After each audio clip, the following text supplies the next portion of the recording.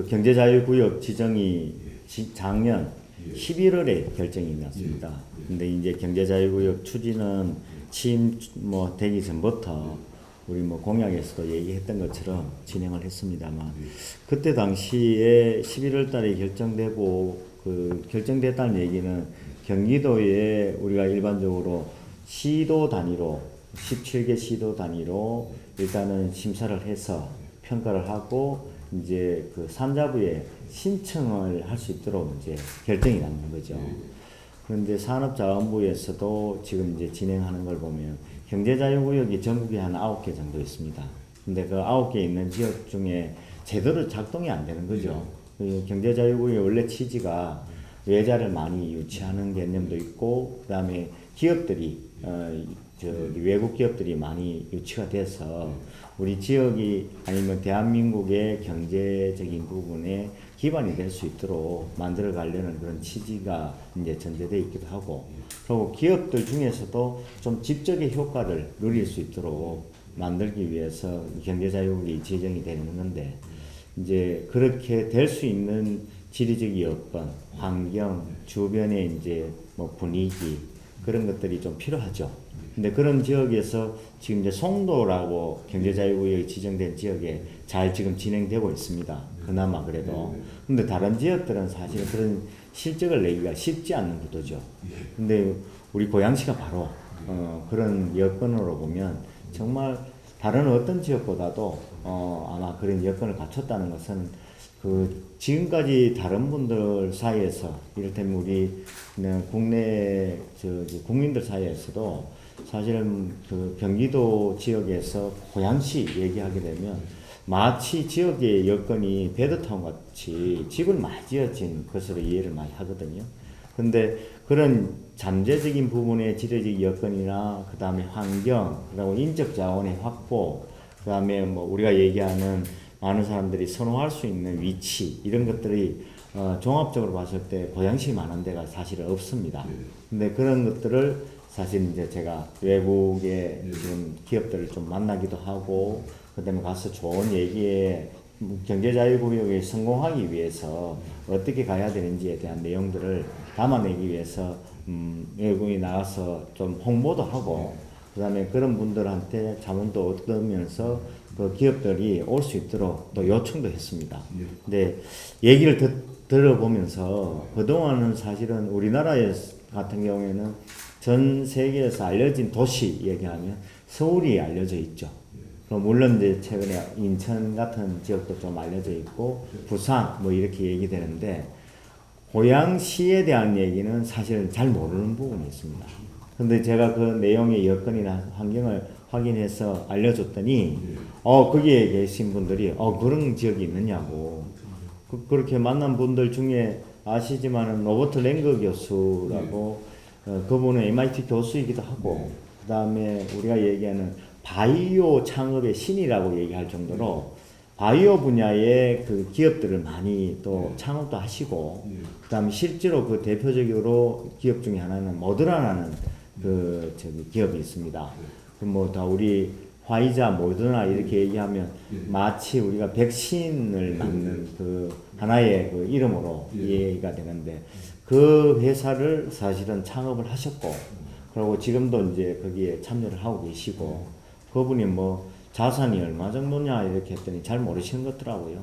자산 규모가 우리 일반적인 생계 그 개념의 자산이 아니라 몇 조를 갖고 계시는 분이기 때문에, 그래서 아주 대단한 분인데 그분을 만나 뵙고 우리 고양시에 이런 좋은 경제 자유구역을 만들려고 하고, 지금 여건이 규제에 의해서 사실은 다른 어떤 기업이나 공장, 그다음에 대학 들어올 수 없는 그런 지역인데, 그 지역에 지금 경제자유구역을 통해서 그렇게 해소하려고 한다.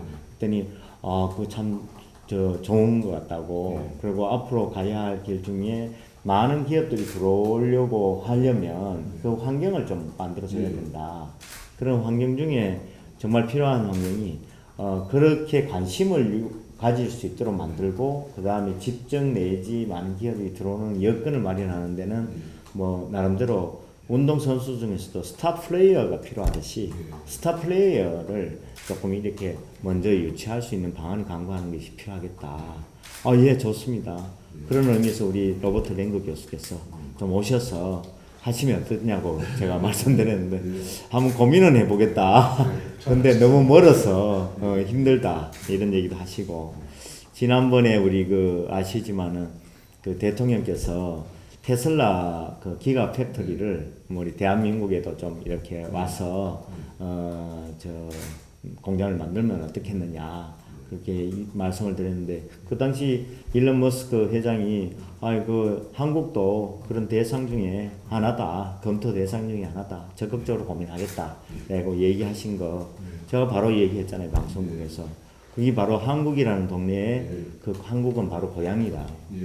고향시에 유치될 수 있도록 지금도 노력하고 있는 중입니다. 국내 기업들 뿐만 아니라 외국 기업도 다 동일한 조건으로 저는 유치하고자 합니다. 이게 실제로 기업이 하나 이렇게 이전이 되려면 엄청난 어떻게 보면 부담을 느끼게 되잖아요.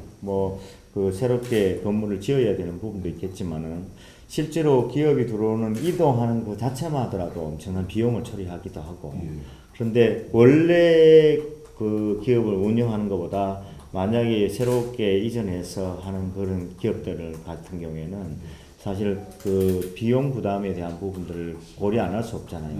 세제 문제라든가 금융 지원에 대한 거, 그다음에 주변의 인적 자원 확보의 문제, 이런 것들을 종합적으로 봤을 때 고양시도 그동안 그런 부분에서는 좀 부족한 부분이 없지 않아 있었습니다.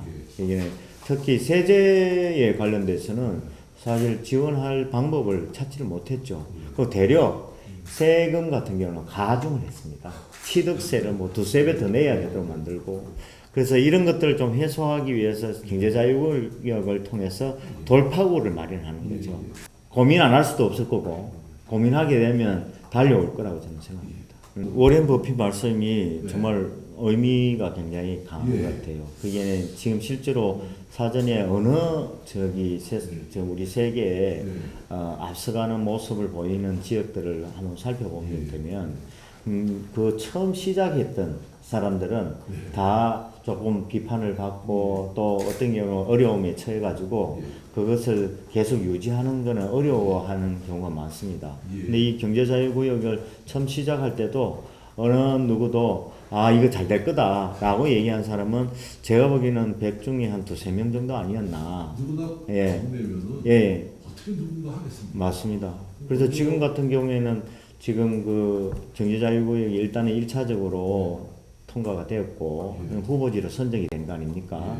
그 다음 단계 최종 선정이 되면 이 일을 처음 시작하는 단계의 그 분위기와는 좀 다르게 다음 많은 분들이 이제 그런 방향으로 가야 되겠구나 하는 걸 느끼실 거라고 저는 보고요. 그리고 이걸 통해서 실제로 사전에 조금 개발하고자 했던 분들은 방향이 너무 다르다 보니 좀 당황스럽기도 하고, 향후에 본인들이 조금 이익적인 측면에서는 조금 달리하는 부분 때문에 비판적으로 이해할 수도 있다는 생각은 갖고 있습니다. 그러나 앞으로 우리 고양시 내지 경기도, 그리고 더 나아가지고 대한민국의 우리 성장의 동력과 4차 산업혁명에 맞춘 방향을 감안한다면 이 고양시의 경제자유구역은 꼭 만들어져야 되는 분위기입니다. 사실 우리 고양시 자체의 우리 생활환경, 이를테면 주거환경 좋습니다. 저는 아주 좋은 주거환경을 갖고 있고, 그리고 생활하시는 우리 시민들이 실제로 그 생활해 보시면 이를테면 주변에 쾌적한 환경이라고 표현하게 되면 공원이라든가 하천이라든가 그리고 주변에 그 좋은 녹지대를 갖고 이루어져 있는 부분뿐만 아니라 편의시설에 관련돼서는 쇼핑센터와 같은 그 무한한 이렇게 쇼핑 공간들도 많이 있고요. 그리고 주변에 여가 공간으로 이용할 수 있는 체육시설도 정말 많습니다. 그래서 우리가 일반적인 그냥 주거 환경 생활로는 아주 최적의 공간이라 할 정도로 좋은 공간을 갖고 있는 여건이 됩니다. 다만 아쉽다고 생각하면 지역이 갖고 있는 특징 중에 하나가 너무 아파트가 많고 그리고 아파트 위주로 돼 있다 보니 그 대부분 우리 젊은 청년이 되든 우리 자녀들이 일자리를 구해서 어디로 가냐면 다 서울로 갑니다. 이게 너무 안타까운 일이죠. 그래서 이런 환경이 돼서는 안 되겠다고 생각해서 사실 이제 일자리가 좀 그래도 웬만큼 다 구하고 싶은 그런 일자리에 대한 부분들을 기업을 많이 유치해야 되는 것이 첫 번째고요. 물론 이제 대학 같은 경우에 교육 환경에 대한 부분들이 조금 미흡한 부분은 없지 않아 있습니다. 근데 그런 종합적인 부분을 봤을 때 앞으로 고양시가 나가야 할 방향 중에 하나가 저는 뭐 아까 말씀드렸던 녹지대라든가 아니면 공원 같은 경우에 좋은 쾌적한 환경도 필요하고 그 다음에 우리가 얘기하는 기존의 한강이 우리 고양시 강입니다. 다른 데서는 그걸 뭐 서울의 강이라고 생각하는지 모르겠습니다만 저는 고양시 강이고요. 좋은 그 북한산도 우리 고양시 산입니다. 근데 그런 산과 강이 다 아주 저 주변에 둘러싸여서 제일 좋은 공간으로 마련하고 있는데 그 속에 바로 기업을 유치를 해서 아마 자녀들이 아니면 청년들이 누구든지 다니면서 고양시에서 일자리를 구하고 일자리를 이용하고 그리고 직주 근접에 그런 효과를 누릴 수 있는 그런 도시로서의 기능을 하면서 제가 고양판 그 실리콘밸리도 고양시에서 실현하려고 합니다. 그리고 지금 갖고 있는 주변의 교통, 철도망이라든가 그 다음에 우리 도로망에 대한 것도 우리 그래도 이용 빈도가 많은 지역으로 활용이 돼야 되니까 서울로 가는 철도 그 다음에 교통망에 대한 거는 확실하게 더 확충해서 구축을 시키고 싶고요. 그리고 지금 우리가 갖고 있는 각 분야의 그 기업들 중에서 뭐 바이오 정밀의료 분야, 그다음에 방송 영상, 그다음에 디지털 컨텐츠 분야, 그리고 저 AI 로봇, 그다음에 드론 이런 분야에 대한 부분들이 우리 고양시에서 제대로 이렇게 이제 뭐 융복합을 통해서 유치되다 보면 아마 우리 기업 자체가 뭐 1000개 이상의 기업들이 우리 고양시로 많이 올 거라고 저는 생각합니다. 그걸 통해서 우리 기업이 뭐 잘 된다는 얘기는 결국은 그 지역이 잘 사는 동네가 되지 않겠습니까? 그래서 기업이 잘 사는 동네가 됨으로써 살기 좋은 동네, 그걸 인식하고 우리 시민들이 행복해지는 도시로서 거듭났으면 하는 바람입니다.